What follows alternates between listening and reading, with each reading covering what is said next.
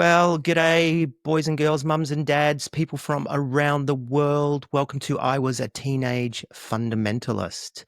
Brian, how you going? How's been your week? Oh, look, it's been okay.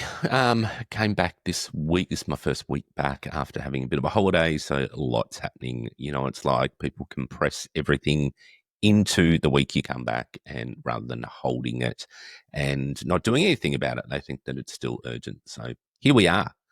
But Troy, I am not going to beat around the bush because we are very fortunate to talk to Sarah Bacola. Sarah is the editor of a powerful and thought provoking book, which we have both had the pleasure of beginning over the last week or so, and it's called Apostate Stories of Deconversion. Sarah is a highly accomplished academic, holding a strong background as a philosophy of religion scholar and currently a PhD candidate at Western Sydney University. Soon we will be calling her doctor. She has had the final tick and shall graduate in the next couple of months, which is very exciting. Um, Her academic rigour brings a unique and insightful lens to the complex topic of deconversion. Beyond her scholarly pursuits, Sarah is also a published author of other works and has narrated over 40 audiobooks.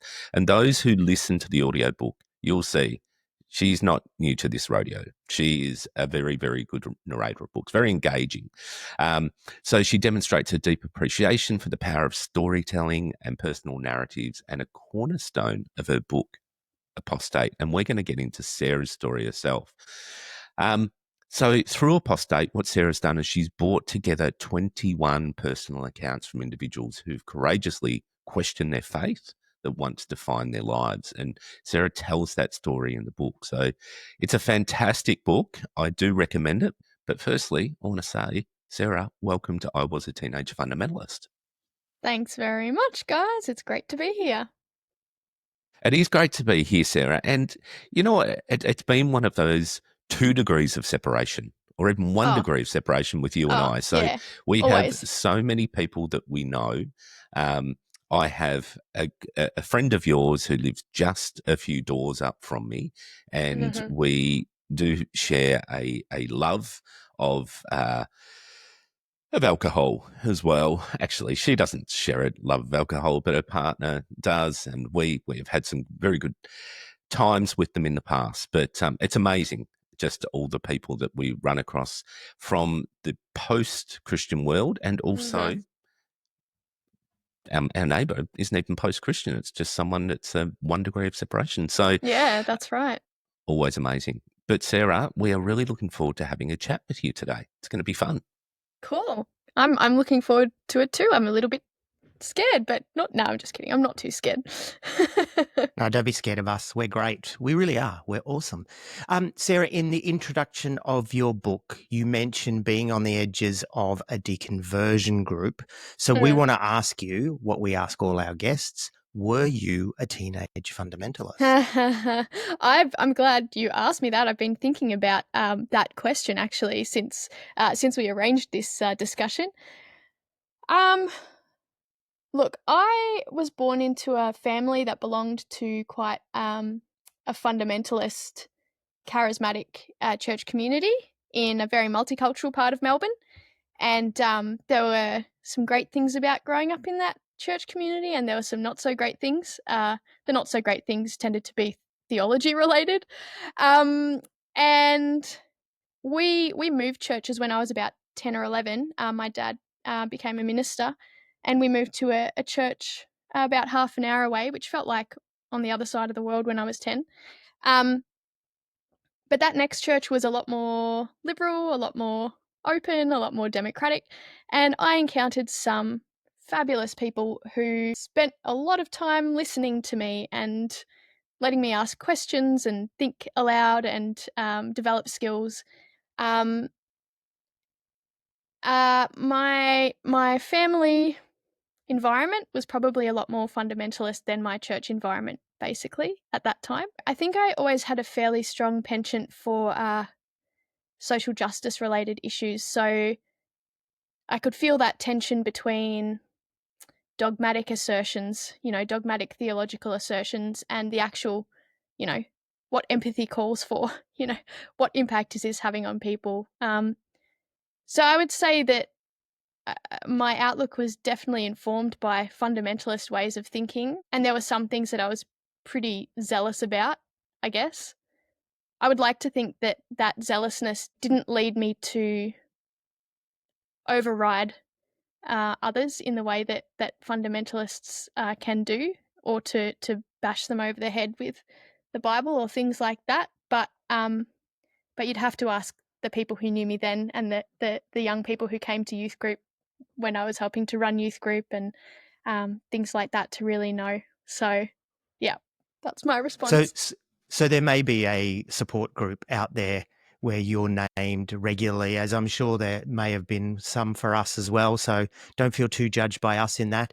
Sarah, I'm curious, what denominations, you don't have to name the church, of course, but what denominations were you involved in that you've spoken about these two churches? Yeah. So I grew up in Churches of Christ, and which is a fairly small denomination in Australia. It's derived from the Restoration movement, which began in the US and a couple of 100 years ago, and which has 3 quite different streams in the US. So it can be quite. The different streams, I think, are quite different and vary in terms of their level of kind of fundamentalist leanings. In Australia, there's a lot of congregational autonomy. So, as you heard, the first congregation I was part of was was fundamentalist, Pentecostal, charismatic, and the second one was much more, democratic and open. So, there's no sort of central dogma to the, or well, there might be now, but the idea is,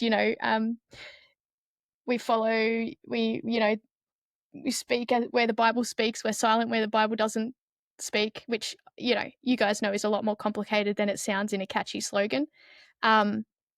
I actually worked in the theological college. I sort of did a bit of study there, did quite a bit of tutoring and teaching and marking, and loved kind of being in that space because it was really intellectually stimulating, and I found it really exciting to be helping people to think critically about faith and all those questions, because I always found that really important, even when I was probably much more aligned with traditional Christian thinking than maybe I am now. And yeah, so I was fairly deeply rooted in that, in the Australian kind of Churches of Christ. And, I'm still connected with people who are part of it. And I think there are a lot of great people who are part of it.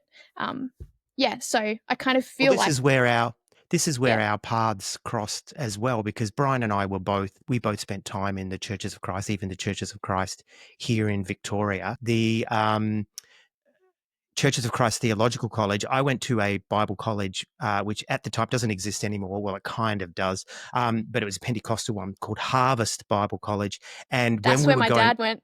oh, well, there you go. Sorry to interrupt. Yeah. Maybe I know your dad because I was there in the very early days. Okay. But what happened with the with Harvest was they were trying to get accreditation with the government, and through the Australian College of Theology, which is, I think, more theological college. Anyway, the library was shit, and so we needed to be connected to you guys, and so I think they paid a fee and we were able to access your library. But what happened for me in that was when I actually went over to the library, and all of a sudden I had access to the writings of the reformers, and all of a sudden things just really broadened for me. And then later on, when I was in the Churches of Christ and I was actually going for my ministry credential, which I didn't end up doing, I pulled out. I was told, it's called Ministerius Interruptus, and I was actually told how to fill in the form to not sound quite so fundy, so that the Churches of Christ leaders who were tied to the theological college would pass me, because they were blocking super fundies coming into the movement at that point. That's in the 90s. So Yeah, that sort of right. shows where they're at, and I agree Yeah. that you had Mount Evelyn up on the hill, which was super fundy. You had South Melbourne, where I was at, down at, inner city, which was, Yeah. borderline liberal. Yeah, totally. I mean, it's interesting that the theological college doesn't exist in its same form now as of the last couple of years. So that's all changed, and yeah, and I think actually it was a really good counterpoint to some of the more, fundy stuff people could run away with in church contexts. So we'll just have to see where all that goes. It's very interesting, isn't it? But yeah, I look back fondly at my times in the Churches of Christ as a whole. I think it was definitely a time of growth. And I mean, look, anything looks more welcoming than when you've come from a Pentecostal fundamentalist space also. So Yeah. I think it's a good landing space for many people, and many people would share the same experiences as us, I'm sure. Um, Take a step back for a sec. For our listeners who may not be familiar with you and your work, can you just tell us a bit about yourself in terms of your academic background and currently what you're doing in terms of professional work? Yeah, sure. Okay, well, I live what I feel to be is a varied and pretty interesting life. So I've just finished my PhD in philosophy, as you mentioned, and I was working on the philosophy of Hegel, and basically looking at, how do I say this? I was kind of looking at those arguments in the Christian space that undermine critical thinking because they tell us to rely on direct, revelation from God instead, and sort of valorize, um,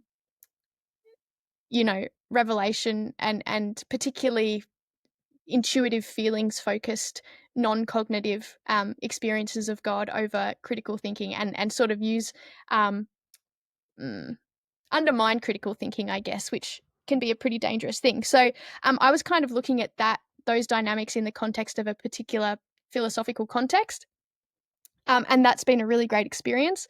I have a couple of kids and various, family responsibilities, so working in academia at the moment is probably not ideal for me, and I live a bit far out from the city. So I work a couple of days a week as a gardener with a team of awesome ladies, and I run an audiobook production business focused on children's and teenagers' books, producing audiobooks in the Oz Kitlit space, which is great. Um, and I've just gone back to studying psychology because I kind of want to put my philosophy skills to use in social contexts with people, um, rather than just, I don't know, on the page. But I do love writing. I'm really obsessed with writing and with encouraging other people to write, which is kind of how the book came about. That's awesome. I mean, those sort of the variations of the different things you do must create some balance for you. The ability to step away from some things like That's exactly gardening, what I academia. thought. Being able to put Mm. hands in the earth and that kind of stuff. We had Kath McKinney on recently, Did ya? Sarah. Yeah, yeah, Yeah, yeah. and she was talking about, being able to put her hands in the earth and how it grounds her. And I thought, I wonder if you're actually onto something there. That sounds great. Yeah, I crossed paths with Kath at the University of Divinity. Yeah, no, absolutely. The gardening's great. It's great thinking time. It's great chatting time, and we're down with amazing views of the ocean and stuff like that. So, um, definitely helps me to keep very balanced and fit, which is great. I don't have to pay for a gym membership. I just tidy up people's gardens. So it's very good. I mean, I just get bored doing the same thing, and I just can't sit at the desk, for hours and hours at a time. And like, what's the point of doing that? Your brain only works like that for a certain amount of time, and then you got to do something different, if you want to be productive. So that's how I roll. I quite often combine those two things in my day. I'll have a meeting that isn't video based with somebody, Mm. and they'll go, "Where are you?" I'm like, "Oh, sorry, I'm in the garden. I'm just doing some weeding. I was sitting here in the Yeah, office yeah, and I yeah, was looking out yeah, and yeah. going, oh my god, that bit needs doing." So I'll quite often do that. So I'm rustling amongst the leaves and Excellent. Yeah, me weeding. too. Yeah, Love that. That's it's great. great. It's good fun. Hey, Sarah, you did a sort of hint on this, but could you tell us a little bit more about your academic background and and and what you actually do specifically? I know you were very general, but do you want to sort of pinpoint that and tell us more about what you do? Yeah. Well, no one pays me to do anything academic at the moment, and maybe note the hint of bitterness in my voice there, but hopefully not. Um, the thing is, I get really obsessed and interested with particular things, and then just write academic articles about it. I was involved in a great project with a colleague called Sam Kirkpatrick and a Warlpiri elder from up in Northern Territory named Wanta Jumper Jimper Patrick, and we were looking at uh, some Indigenous epistemologies, so ways of knowing and looking for, I guess, theological points of connection, using some of Wanta's ideas to sort of push open and challenge aspects of thinking about identity and religious identity. So that was one really cool project, and we've got, I think, a couple of new projects this year kind of in that space. What else? I mean, I've written I got really annoyed once. I read an article in the Journal of Contemporary Ministry from someone from Planet Shakers, I think, who was kind of correlating. Sorry, I don't know if you noticed, Sarah, you're looking away and you said Planet Shakers, and Brian and I both started laughing because, like, really? Any academia comes out of there? Fuck. Well, the thing was, talking to this guy about money management from Hillsong. Yeah. And sorry, go on. Yeah. Okay. Sorry, I just got that joke. Man, I'm slow this morning, but hey, it's only 9 a.m. on a Saturday morning. Anyway, I mean, he was trying to argue basically that megachurch worship scenarios kind of reflect revivals, historical revivals in different ways, and therefore can be validated, justified as acts of God, with, you know, and the sort of layers of authority that gives to those contexts. And I just read it and went, oh, and you know, it was like I had to filter through all my emotional reaction first, and then I thought I actually want to address this using some of the philosophical tools that I have from my research. So I used some examples of philosophers. You know, one particular philosopher that Hegel kind of pushed back against was a guy named Friedrich Jacobi, who kind of had this epistemology of feeling. You know, he's like, oh, thinking is basically inferior to feeling, and feeling is the conduit for our experience of the divine. And Hegel kind of was, I don't know, said, hang on a minute, like, thinking is what makes us human. Let's not get rid of this idea too quickly. But I guess I have a lot of issues ethically with the power dynamics of church contexts and with the invocation of God's authority. So if we, you know, divine command theory, like God says this and God says that, and we can justify megachurch worship because it looks like revivals and it's an act of God, so it's therefore unquestionably holy or sacred or authoritative. And I just find that really, really dangerous. So I had to sort of push back, and I wrote an article about why I felt it was ethically problematic to make the kind of assertions that he was making. And he provided a rebuttal, which kind of made me feel like he hadn't really heard what I was saying. But, you know, I mean, I at least felt like I'd had a cathartic experience by writing that. Imagine a megachurch person not listening. That's just strange. I will also point out that it's probably something that they haven't thought through properly, because if they do declare megachurch worship as an act of God, they won't be able to get any sort of insurance. So I think they need to be really careful on that. I am in my 50s and dad jokes abound. Absolutely, there's nothing wrong. Hey, I had this Pentecostal academic who was one of my Bible college lecturers, Rick Watts. And Rick Watts used to always refer to, he had a deep Pentecostal background, but he used to refer to just the feeling theology as flat rock seminary. He'd say, you know, quite often the Pentecostals go out, flat rock, and just go, oh, God, tell me what to do, and they do it. So he was very critical of that, and he encouraged thinking and deep thinking. Didn't agree with Rick on everything, but he was certainly quite formative. But it was interesting through the whole Toronto blessing thing that he actually got caught up in that emotional side as well, which sort of floored us all. And that was one thing that was a real flip for me. It's just like, God, everything that you just said, you've just got caught up in. And then people going, oh, it's obviously God, though. God's challenged him.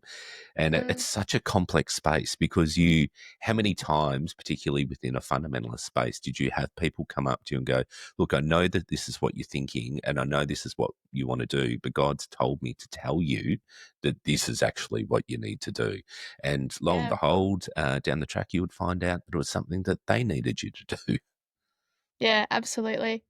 Yeah, I mean, the other really interesting kind of dimension of my study that ties into kind of central theological challenges is that we had the conversation about how my deconversion story is not in the book earlier this week. And that's because I'm kind of reticent to kind of give myself a label, because I feel like in Christian faith, everything is about being so defined. You know, like you can tick these boxes off. You know, you agree with these, you condone these beliefs. This is you're in, blah, blah, blah. And, you know, I'm actually really relishing the space of ambiguity at the moment of going, you know what, it's actually not other people's right to necessarily know where I stand on particular issues.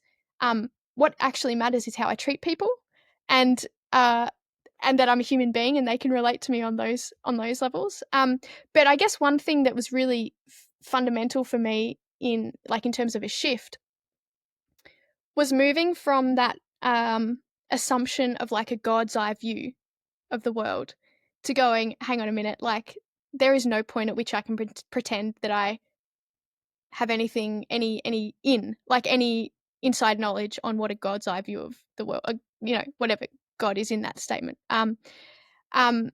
Because so much of Christian faith and fundamentalist leaning Christian faith in particular is about asserting the truth with a capital T, right? So, and this, you know, the truth is the way God sees things. And as much as we say, you know, God's given me this message, this is what needs to happen, it's like, no, hang on a minute. Sarah, it sounds a lot to me, and I know you don't want to use a label, but it sounds a lot to me like you're still very much in the Christian space. And so I'm curious, where do you sit in terms of what you're most comfortable to say? Cool, go for it. And then I've got another follow-on question from that. But so tell us, where do you feel you belong now without a label? Yeah, thanks for the question, Troy.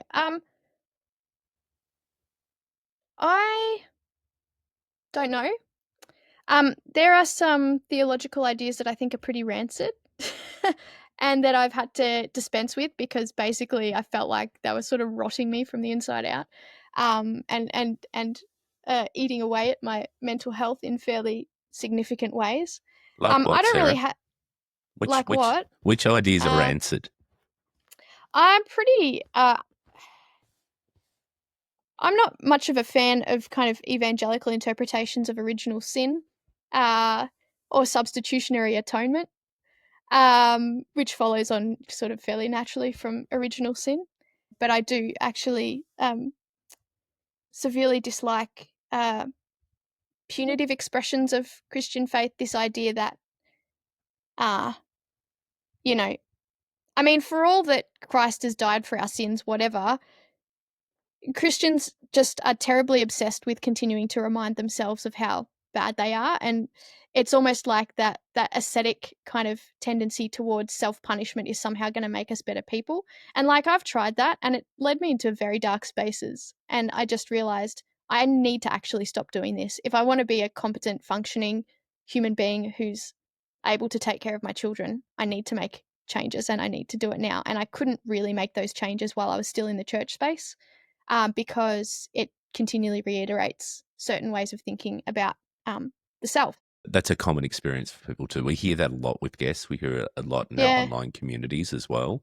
And I think it really flourishes in those evangelical Pentecostal communities because it can be a control mechanism as well. Remember how bad you Yeah. are? You need us, and you need Exactly. us more than ever.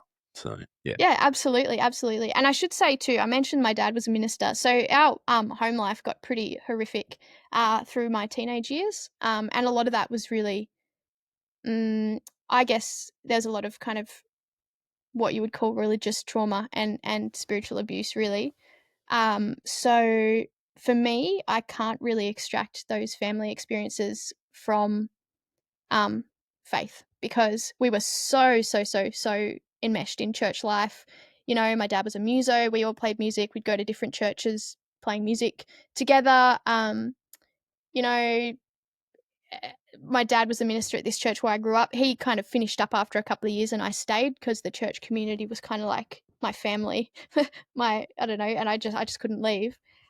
So it's a pretty complex space for me. But the reason that I don't definitively say, you know, I'm this or I'm that, is because I have a lot of respect for a lot of people who are still in church. I also have very little respect for a lot of other people in church, but the people who really kind of like, I don't know where I'd be without the people who I encountered in church in my teenage years, who kind of held me together while family life was falling apart, and like, it gave my life such purpose, and I just so looked forward to being in that space because it was a safe space for me at that time compared with And it what I was was experiencing at and it home. was an escape Yeah. from what you were obviously suffering at home. It's interesting because Brian and I being converted, our families, you know, at least our parents weren't in it, at least at the Mm. beginning for Brian and the whole time for me. And one of the things that I always was able, and it wasn't until I married someone who was a pastor's daughter, and the very, very legalistic background. And in fairness to her, she was trying to break free, but it was all she knew. And when we married, what happened was this sort of legalism that used to exist in our church culture, she brought it into the home.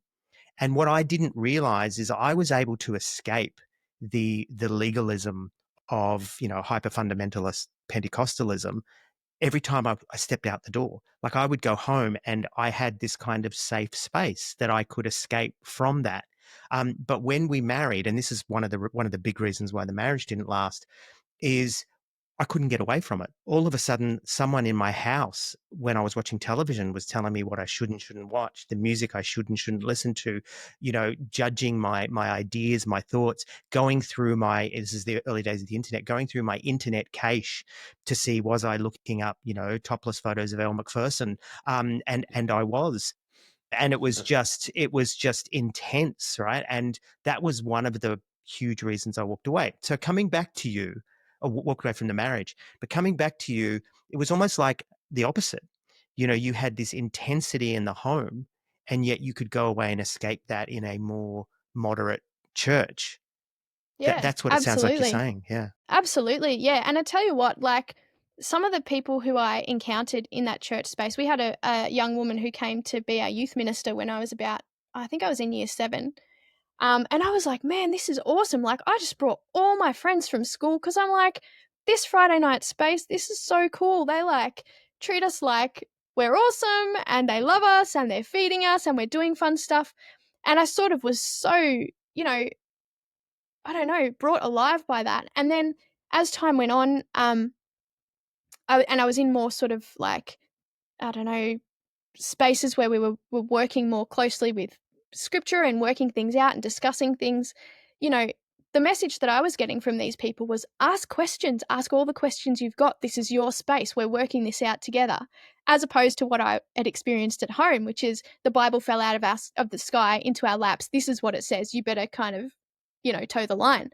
Um, and um, and like, it literally felt like I'd been flailing underwater my whole life, and then suddenly I came up for oxygen when I met these people who would just listen to me, you know, and who wouldn't judge, you know, who wouldn't whose first response to me wasn't, "Oh no, that's not right. This is what because this is what the Bible says," or, you know, "Oh no, you know, shut me down." It was actually, "Oh, what do you think about this? Oh, that's really interesting. Tell me more about why you see things that way." And you know, who would just take us out to Macca's for milkshakes on a Sunday morning during boring church services, stuff like that. And then They I were got probably really, doing that for themselves too, by the way, yeah, Sarah, because yeah, absolutely. boring church is there for adults too, for sure. Yeah, absolutely. And that's why, I mean, I got really involved. Like, I was helping to run youth group by the time I was sort of 15, 16. And my goal in that was always like, create a space where kids, no matter where they come from or what kind of week they've had, will come in and feel loved and have fun and know that this is a place where they belong, and are celebrated. And it used to really annoy me, like, the other more kind of, because I went to a Christian school, you know, and so we've got like kind of competitions between youth groups, you know, my youth group's better than yours kind of stuff. And, you know, the youth groups that were like basically church services on a Friday night, like, I'm like, how is that inclusive? How is that inviting people along? Because we were in you know, our church was in a area that was fairly low socioeconomic, you know, like, not many of the kids were from church families. And I just loved that. And so I guess, yeah, as you say, Troy, it was totally my escape. But I guess as time went on and I grew up, got married. Our home space was a lot more healthy, I think, and sort of recalibrated a bit. Then I started to go, okay, hang on a minute. Like, there's also some not great stuff in this church space that I'm caught up in. How far did they allow you to question? But also, were you just not old enough to be asking those questions yet? Was it all fine? It's a really good question, and I think probably at that time of my life, because of the stuff happening at home and the severe kind of sense of loss of trust and betrayal, I needed something solid. It wasn't the right time for me to deconstruct my faith at that time because my whole world was falling apart anyway. It was probably after I had kids and I realized, you ask yourself, what is it that I actually want to be passing on to my kids? What impact are some of these beliefs having? For example, the punitive stuff, right? Like, that was just the formula that I'd grown up with, was you do something wrong, you're punished. Like, it's very, I don't know, extract the justice kind of oriented. I'm like, I can't do this with my kids, but I don't know what the alternative is.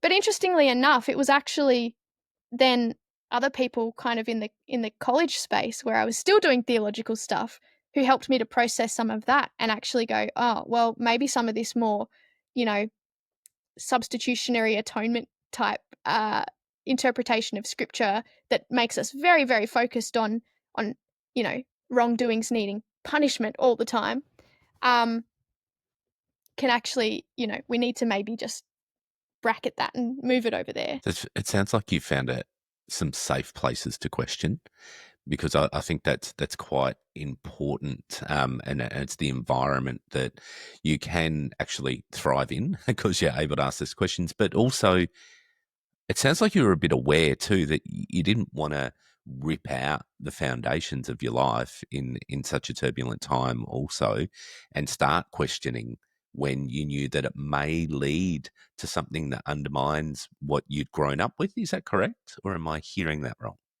No, I think you're you're on track. I mean, I think I felt like the vision, the image that I had in my mind when all this was happening was like my life and my faith was this building, and someone had just come with a sledgehammer and was smashing it to pieces, and basically just it was leveled. Because my dad was a minister, and it was our family where all this horrible stuff was happening, and it was like, I don't know, it was losing everything at once, and I'm like, well, what actually remains now? Like, what do I do? And also that faith of like, God is looking after us, we're on God's side, so God's on our side. Everything works together for good.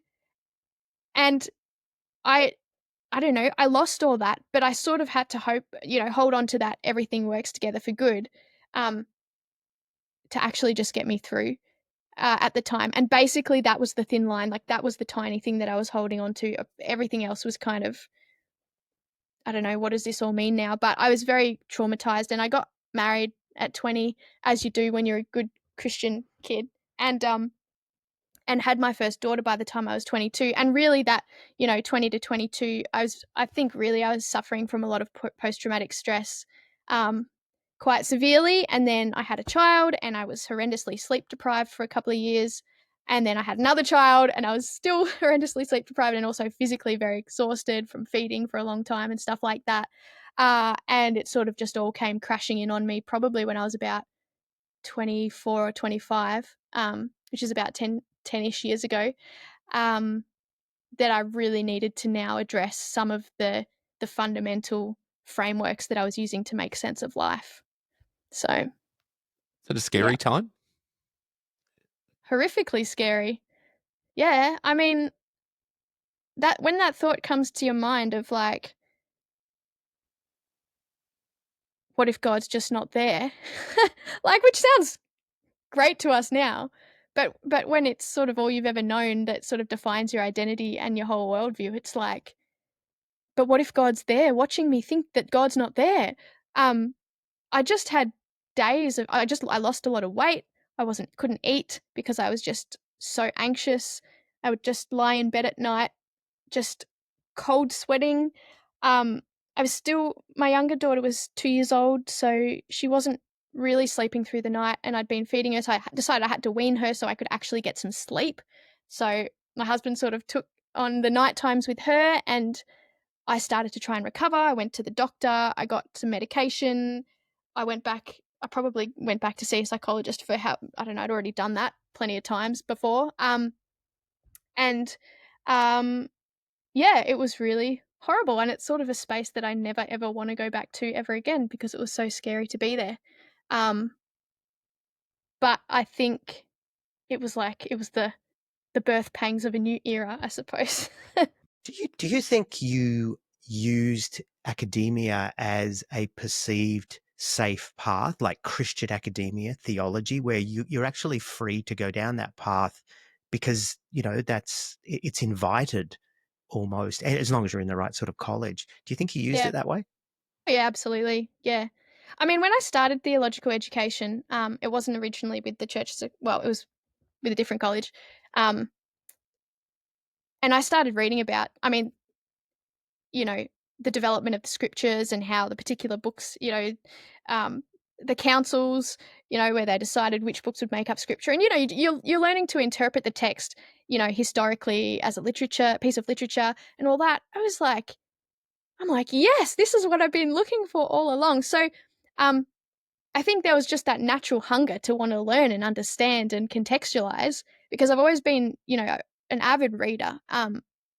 So always drawn to that engaging thoughtfully with the written word. But yeah, I think over time it's like, well, I can operate in this space while I'm still kind of figuring out where I stand, and I don't look like too much of an apostate yet. And I'm still connected with the people who I care about and who care about me, but like I'm sort of inching more and more in this particular direction. And then, it all happened for me because I originally submitted a PhD proposal to the University of Divinity and it was rejected. So I had to go back and rethink things. And then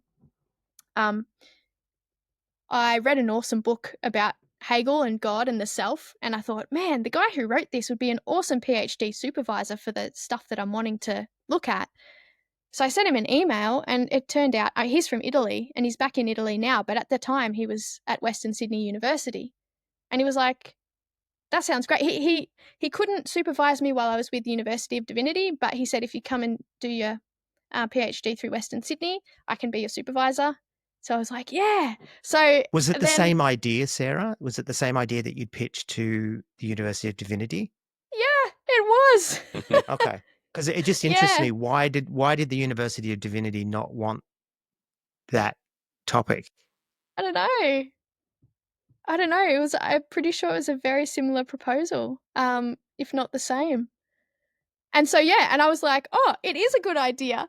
Western Sydney likes it. It's not, I'm not kind of just barking up some wrong tree. But that was a real, I can't say blessing in disguise. What's an alternative aphorism I can use? It was just really good.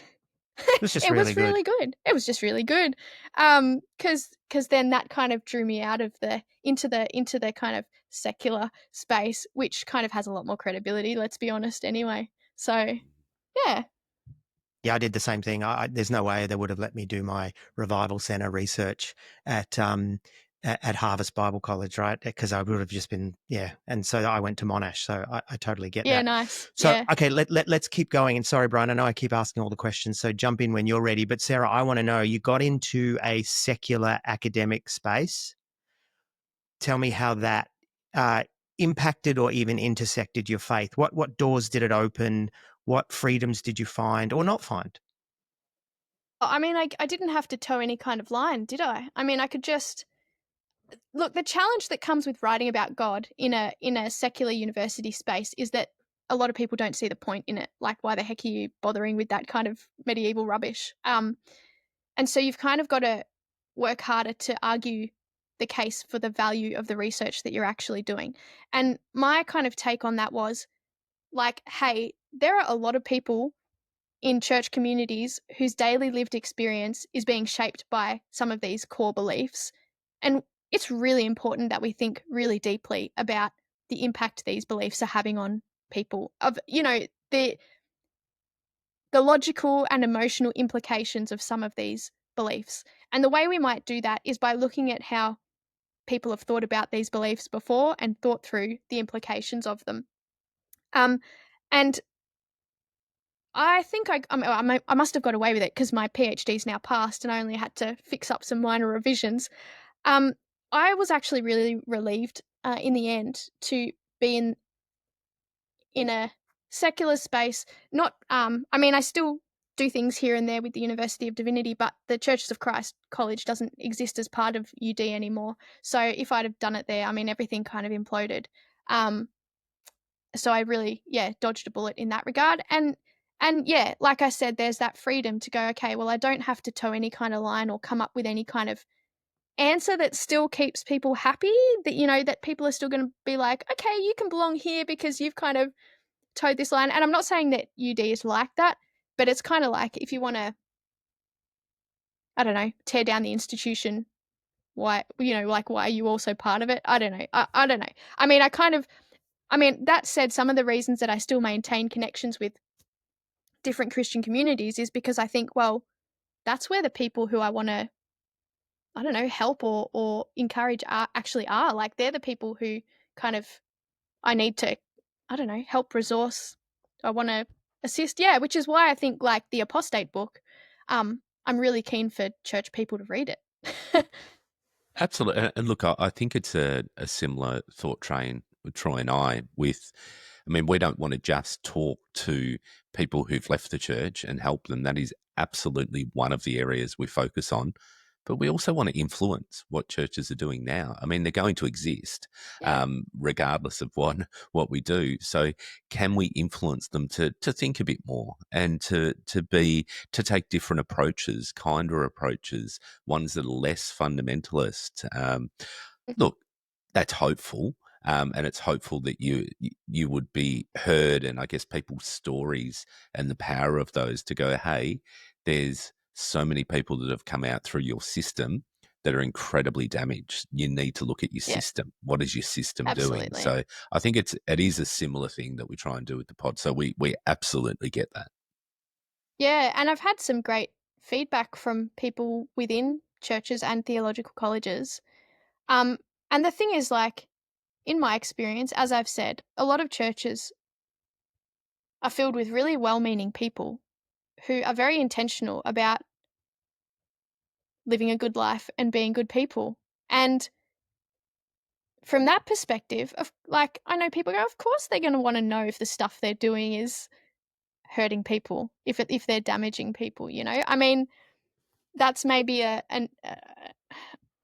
simplistic way of thinking about it, but I don't know. I believe in the fundamental good of these people and their intentions a lot of the time, except for the white male Yeah, megachurch I was pastors. Sorry. I was about to say some, right? Let's Some. be real. That Absolutely. 100%, Absolutely. though, you know, those kind of people, and they tend to be on the fringe themselves, right? So, Yes. I mean, Yes. let's face it, the majority of people that are going to read your book or listen to our podcast are not going to be necessarily fully embedded, you know, fully sold out to you know, to the structure, to the hierarchies, Yeah. etc. Yeah. Absolutely. Yeah. And look, if reading when listeners read the Apostate book, you know, some of the context that people have come out of, and it's predominantly set in the US, where the dynamics are just so much more volatile, I think, a lot of the time, than here. Yeah. How did you arrive at the idea of the book, and what do you think were your motivations for the book? You know, besides wanting to speak to people in the church, where does this intersect with what was going on within you? What a great question. And thank you for being interested. Um, so I mentioned in the introduction to the book that I'd just written a novella, and the novella is kind of like a fictional um, metaphor for my own journey, asking questions, coming face to face with the ambiguities of life and the uncertainty, and going, hang on a minute, like, it's actually embracing the uncertainty that, I don't know, that helps us to actually move forward. And I had contacted a major Australian Christian bookstore chain about stocking that book, and I'd got a quite Was it Coorong? I don't want to say who it was, Troy. It was either Coorong or Word. So anyway, moving on. Okay. Or Keswick. Anyway, I don't know. I just received a pretty rude email in reply. It didn't even have a sign off. It was basically like, why would we want to stock a book that tells people to, that forget about God or blah, blah, blah, which is not actually what the book does. It just felt like they hadn't actually properly read it or understood what I was getting at. Anyway, I kind of just needed to debrief after that. And it just came to mind, like, people in deconversion groups online, like, might actually get the feeling of what this feels like. And also they might actually be interested in the book, because I hadn't really thought about that. I'd been sort of, I don't know, pitching it within churchy spaces. And so I joined a couple of groups, and there was one in particular that, I don't know, I just liked the vibe of, and there was lots of interesting stuff going on. And so I did post about my book, and sort of people were sympathetic and understanding and let me have my vent. But then I started getting notifications and hearing the stories that other people were posting about and the sorts of things that were happening in their lives. Things like, I think I'm deconstructing, but my husband doesn't know and I don't know what to do, and blah, blah, blah. Or my child's just come out as gay, but my parents are, I'm afraid of their reaction because, they're super funny and et cetera, et cetera. Or my whole world feels like it's falling apart because I don't believe what I used to believe anymore. I mean, just stuff that was really raw, but also really courageous in a lot of ways. And I don't know, I was out on a camping trip with my family, and I was lying in a camper van with my, like I always say, with my nose about 5 centimeters from the roof of the van, going to sleep at night. And I was just like, oh, we need a book with all these stories. Like, it's so important for these stories to be heard. And I don't know, I just came up with the idea, and then I wrote like a brief, like an idea of what I was hoping to do, the kind of tone that I was aiming for, what my plan was if we actually got a manuscript together, and and made a video about me talking about it. And then I posted it in the deconversion group and was like, hey, is anyone interested? Because I think people's stories are really important and really valuable to share. And I think, I felt like, for one thing, people outside the church have no idea what it's like to try and get out of the church, and just how infiltrated our lives are by churchy stuff, by Christian life, I guess. And I felt like there needed to be a wider recognition of the sorts of struggles that people go through. I guess it was also a way of telling my story without telling my story, or giving me time, to tell my story by affirming other people's stories. And it just so happened that there are a bunch of people who were like, yep, I'm really keen to contribute. I'm not a writer, or some people had some writing experience, but not much, nothing published. But people came on board, and I started getting their stories, and we just... How did you find these people? Was It it was just through the literally... deconversion Yeah. online group? Yeah. Yeah, it literally was just through that group. So that group is sort of centered around a podcast that doesn't Yeah, the run Friendly anymore. Atheist. The Friendly Atheist. Yeah, the Graceful Yeah. Atheist, I think. Great. So that Graceful already... Atheist. Yeah. Yeah. So So, I mean, he's been on our pod, and we've been Oh, on has he really? his. Yeah, he's awesome. Yeah. Oh, cool. So, that already has a particular tonality to it, the Graceful Atheist. So I guess it appealed to me, because I'm not really interested in perpetuating vitriol, or getting into shouting matches. There's no point. So yeah, these people were literally in the group. They said yes. I had a couple who started to write, and then they were like, this isn't the right time for me, whatever. But it was just really serendipitous the way it happened. I got a good amount of responses. I helped people write their stories. They would send them to me. They were very gracious with me in letting me edit and make suggestions. Some stories didn't need much editing. Others needed to be really seriously cut down and reworked. And then I approached a small publisher in the US which is Apocryphal Press. They've sort of published a few books in a similar vein. And I heard back within like 24 or 48 hours, which is unheard of when you pitch a book to a publisher. And that's sort of how it came about. Did you get such an overwhelming response that you're like, oh my God, I'm going to have to work out who is included in this book and what stories I include and if there's a theme, or was it just you got 21 responses? No, I literally just got 21 responses, or a couple more, and then there was that, a few attritions, and then yeah, it literally just happened like that. So it was all So inclusive. So it was everyone. yeah, I'm yeah, really interested in your provocative title, apostate. It's going to get some sort of reaction. yeah, Um, yeah, what was behind that? What was your reasoning in using apostate, such a loaded term? yeah. It was actually one of the. I think he's an admin in the deconversion group, Lars Cade. He actually suggested it. And I was like, yep, everyone liked it. So, let's go with that. I mean, like you say, it's provocative, it's attention grabbing, it's that's the point of a good title, isn't it? Like, I was a teenage fundamentalist, it's a pretty good title. In a very kind of, what's the word? Broad brush strokes, it tells the book's story. So that's why we went with it. I love it. I love it. I love to be an apostate too. It's great.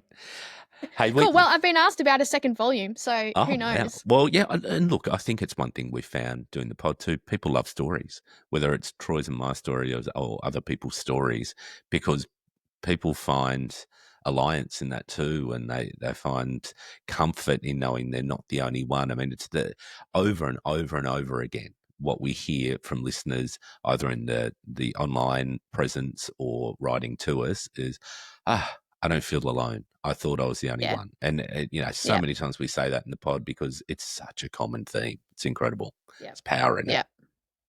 Hey, the other thing is, and I know we've sort of touched on this already about curation, but there are very diverse stories, people with, diverse backgrounds and experiences. I mean, there's former Young Earth creationists, children of missionaries, deconversion in marriage. It's another thing you mentioned as well.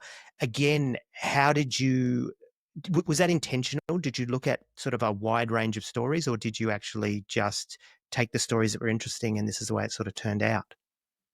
These were literally just the stories I received.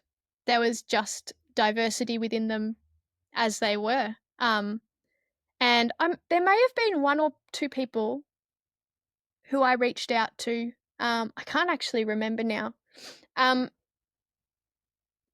I was really delighted by the degree of diversity in terms of people's experiences, people's backgrounds, people's when I say backgrounds, I mean like, racial, ethnic backgrounds, people's theological, churchy, ecclesiological backgrounds, all sorts of things. I think it's a really interesting mix of people, and we ended up with an even mix of male and female.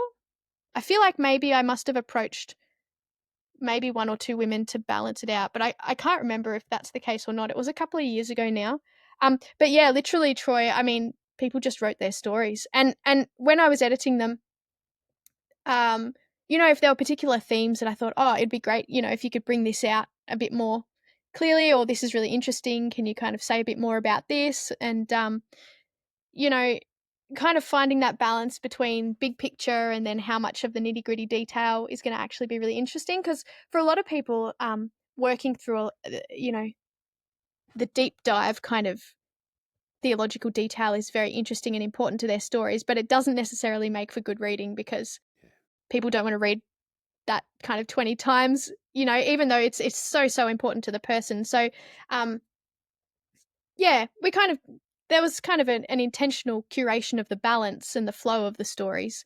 But hopefully together they tell whatever is kind of missing with, having to cut out some of the detail. Hopefully in terms of the big picture, it sort of makes up for that.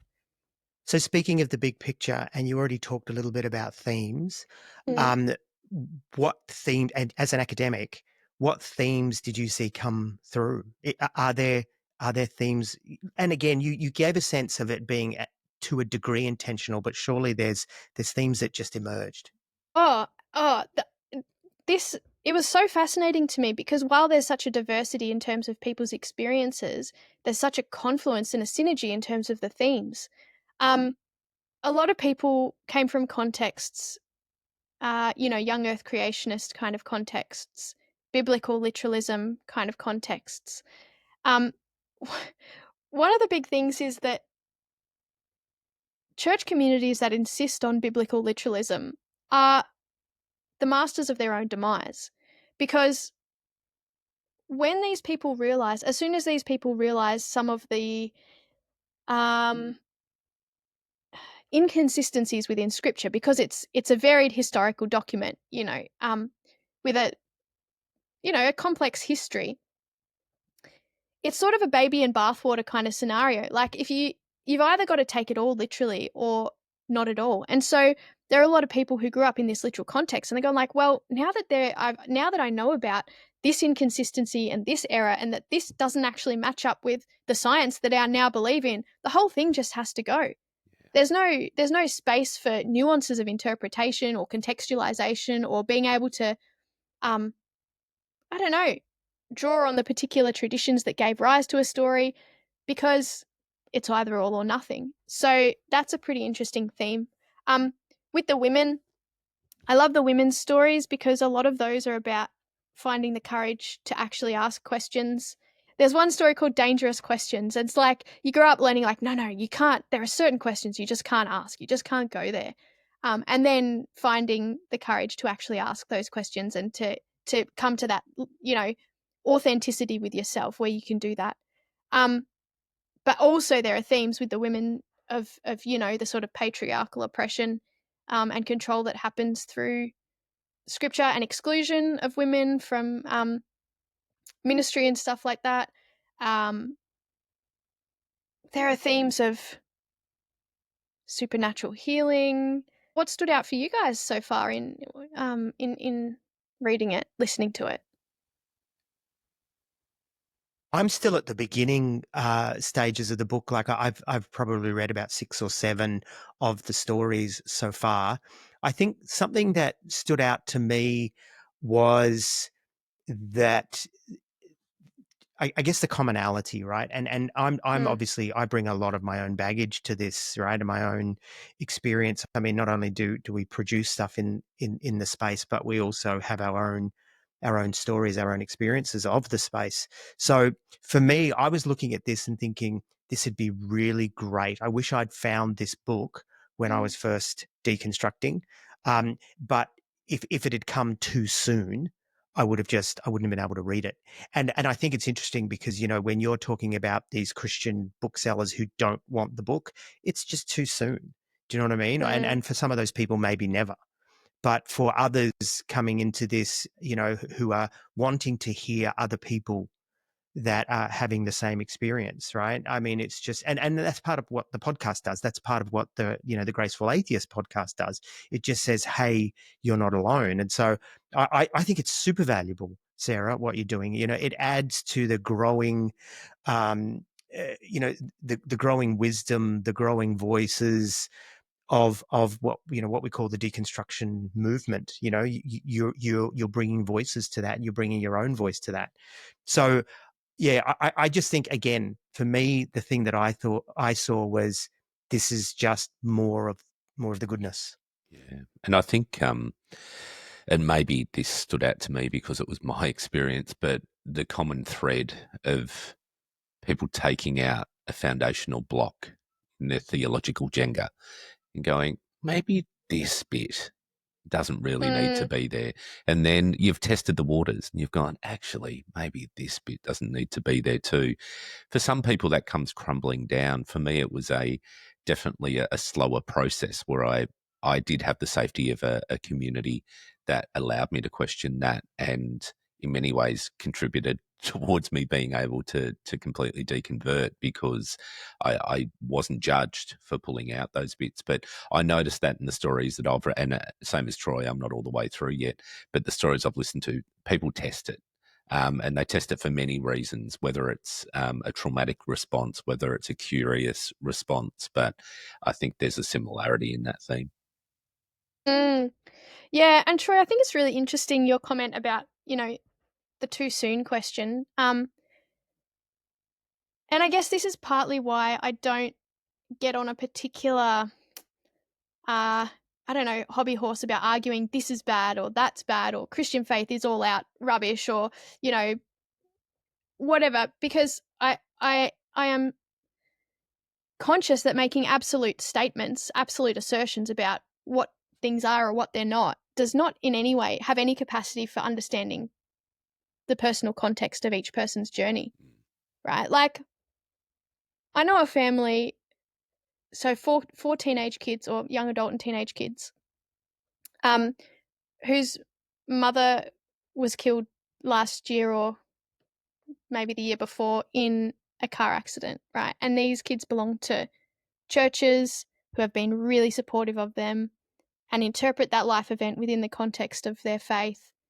And I go, I don't want them to read my book. Like, I don't want to take that away from them at this point in their life. It's not the right thing for them. You know, it's not about, I mean, the whole problem that that I have with fundamentalism is this is how things are, full stop. This is the God's eye view, no questions asked about it. No, like, it's not what you do, it's how you do it. If you can pay attention to the particularities of a person's context and their faith within that is a life-giving thing, then it's a life-giving thing. Like, I'm not going to argue with that. But when there are people who are going through that deconversion journey and feeling so existentially distressed, and I guess, again, this is probably... And alone. And alone. Yeah, and that was part of my journey. I think part of my motivation, you asked about, Troy, was probably like, I wish I'd had something like this when it was sort of happening for me. And I did read, there's Tara Westover's book, Educated, and a growing kind of volume of literature, even in Australia. There are, books coming out, Monica Dux's book and Tom Tilley's book and things like that. But, and maybe it was actually a way of affirming my own journey too, of going, well, if I think that all these people have shown incredible courage in being able to work through this, well, maybe I can allow for the fact that I've been courageous too. Like, maybe I'm part of this tribe of courageous people who's been able to do this. And maybe you are, Sarah, and more than a maybe. Another thing I think it's interesting in the way that you approach this is it also reflects your academic background, where we don't judge too soon. Okay. Let's bring these ideas out first and let's tease them out before we make it, a presupposition, try and deal with bias. So I think that reflects in your approach as well. And I think that's where you as an academic bring a unique perspective, rather than it just being a memoir or, someone who's angry collecting a group of stories or whatever, and you can see that. That's why, the graceful atheist is called the graceful atheist rather than the angry atheist. Yeah. And I went through an angry atheist stage where I alienated a whole heap of people from churches, especially in the early days of Facebook, right? I used to just basically piss on their profile pages with stuff. And Brian can remember, as a matter of fact, he cut me off for a little while. Yep. There's no way that the podcast as it exists now could have existed then. But I guess thinking about all that, where do you think this is taking you on your personal journey, right? And I do have more questions about the book, but just thinking about how this has all played out, where this has led you. You're at a secular university. Yes, you're still, relating to the University of Divinity, etc. Is your journey, do you think, into a more progressive faith? Is your journey into no faith at all? Or do you not know yet? Or do you not even care to answer that? You can bill me for the therapy session later, Troy. It's good. It's really helpful.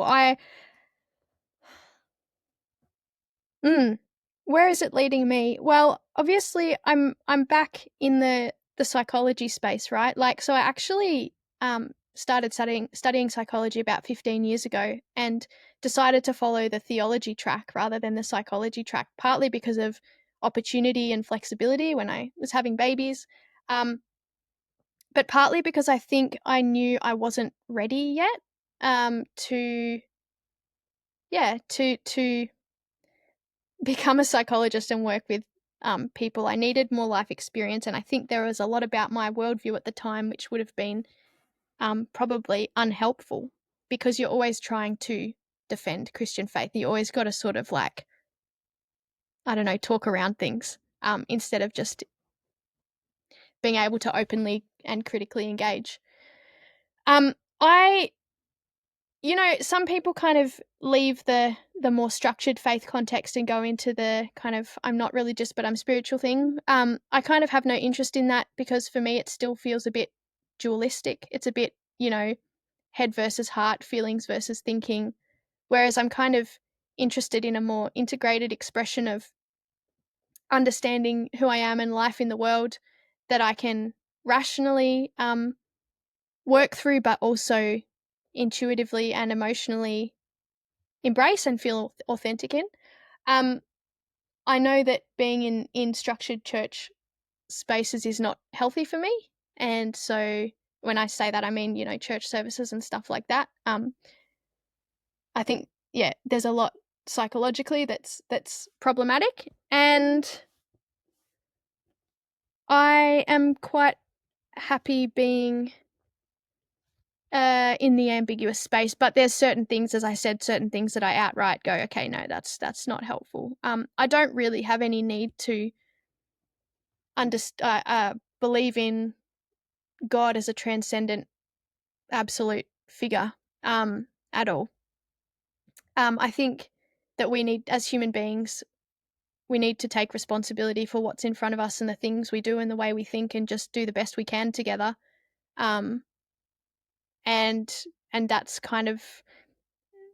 what I want to be part of. Like, I just want to be part of us all working together to make the world a better place and to make life meaningful together, really.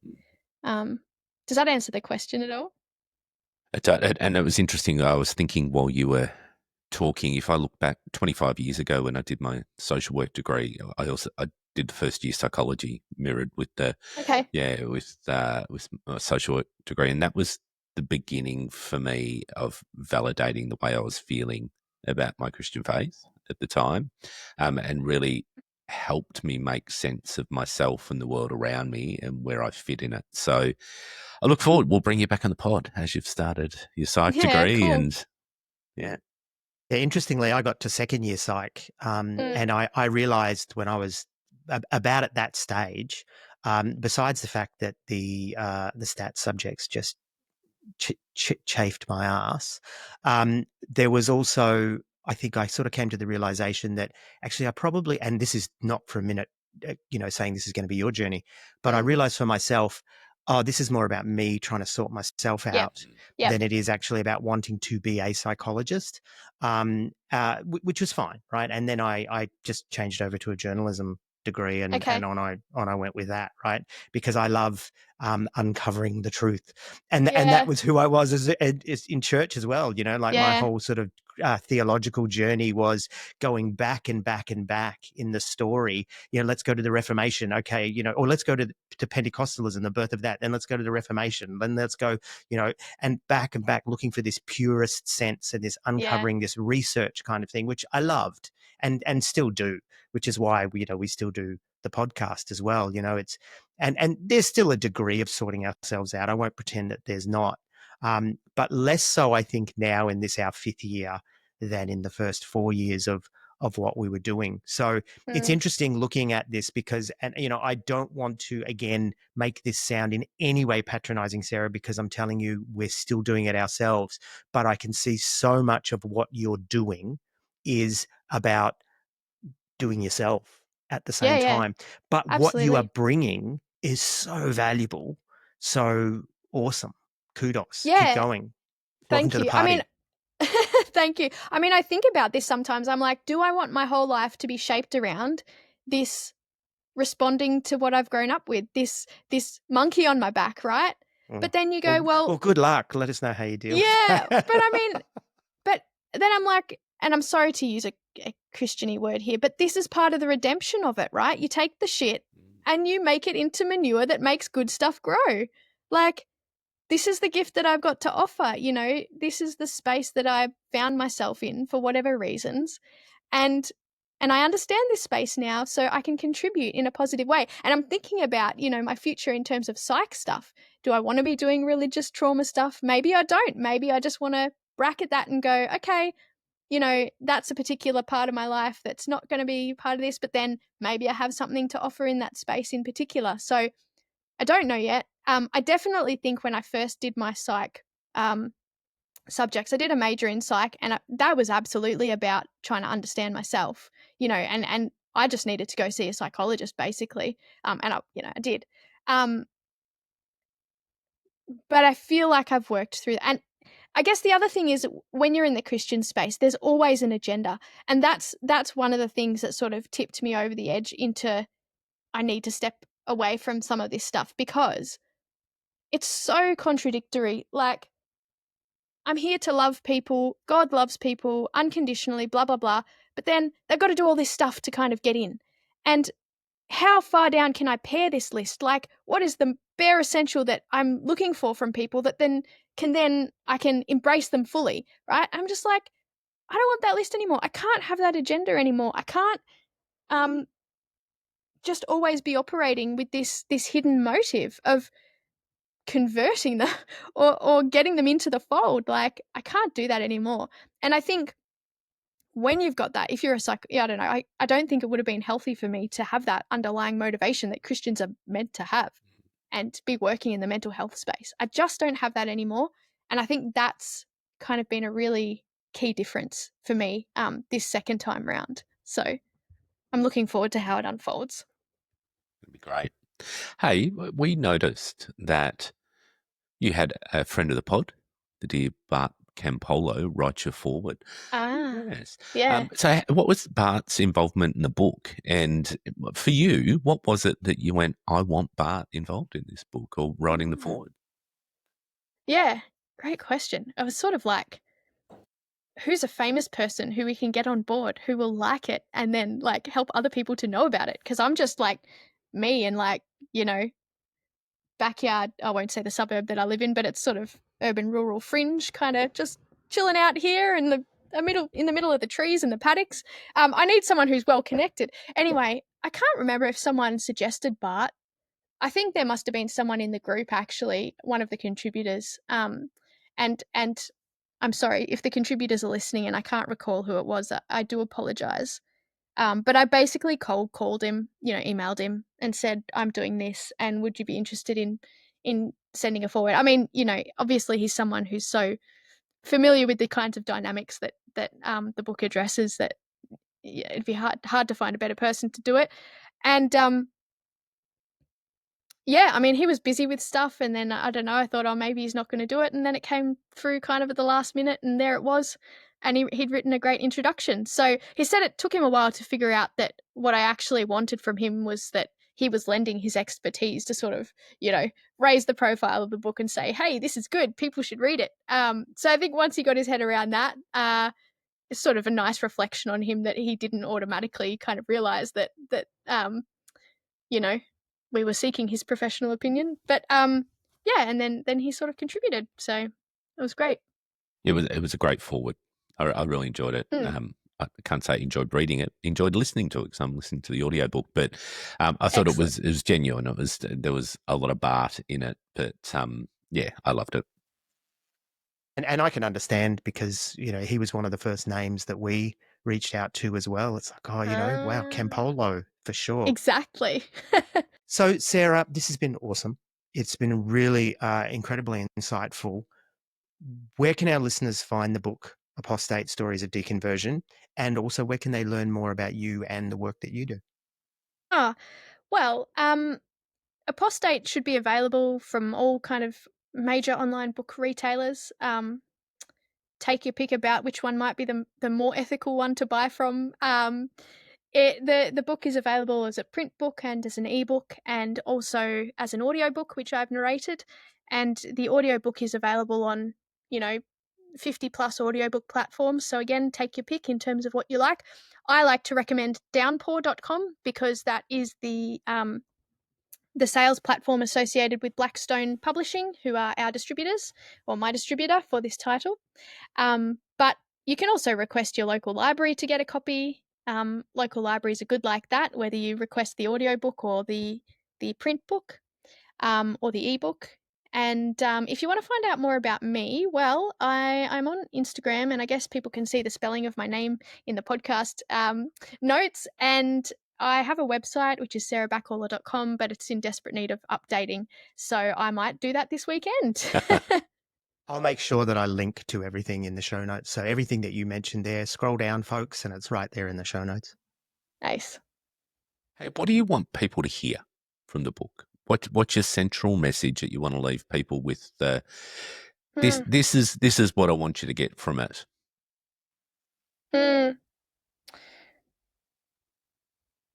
I think the central message that I would like people to get is that these 21 individuals deserve their great respect, that the things these people have to say are so valuable and so courageous. And I guess I just want people to be open and willing to be changed, not necessarily to have their beliefs changed, but to have the way they relate to people who think differently to them, perhaps, to be changed, so that they're instead of deconversion being a source of shame for these people, that it becomes something that they should be honoured for pursuing that journey and for pushing it through and for being willing to basically lose everything for the sake of integrity as human beings and truthfulness. Hey, Sarah, thank you so much for coming on the pod and having a chat with us today. I think our listeners will get a lot from it. Really love the depth of your reflections, but also love the work of this book and encourage people to get it, listen to it, read it, whatever the modality that you prefer best, get your hands on it, because I think that there's some real powerful stories in it, but also for those that are sitting on the edge going, how do I navigate what I'm going through? These people have got some really good ideas, some good frameworks and experiences, I think, that you can lean on and potentially tap into to help you in your own journey, whether you've already deconstructed or you're sitting on the edge of deconstructing. So, Sarah, again, thank you for the work that you've done. Thank you for the space that you've allowed people to tell their stories and the way that you've done it. That's so lovely to hear. Thanks, Brian. And thanks, guys, for having me on today. I cannot tell you how much I appreciate it, and it's been a privilege to be able to chat through these things with you.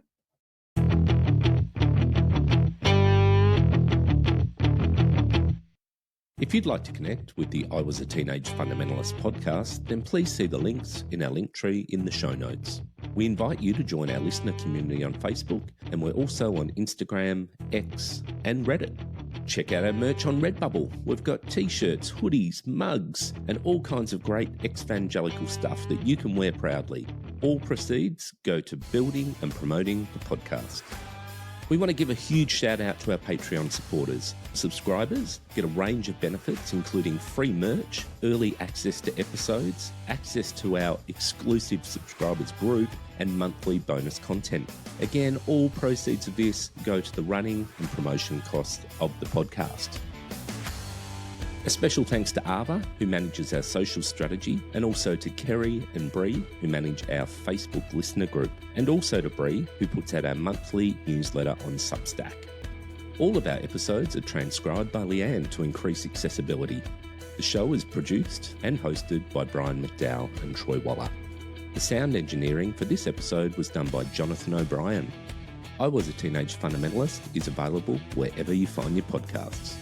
Again, you can find all our links in our link tree in the show notes. Or why don't you pop across to our website at www.iwasateenagefundamentalist.com.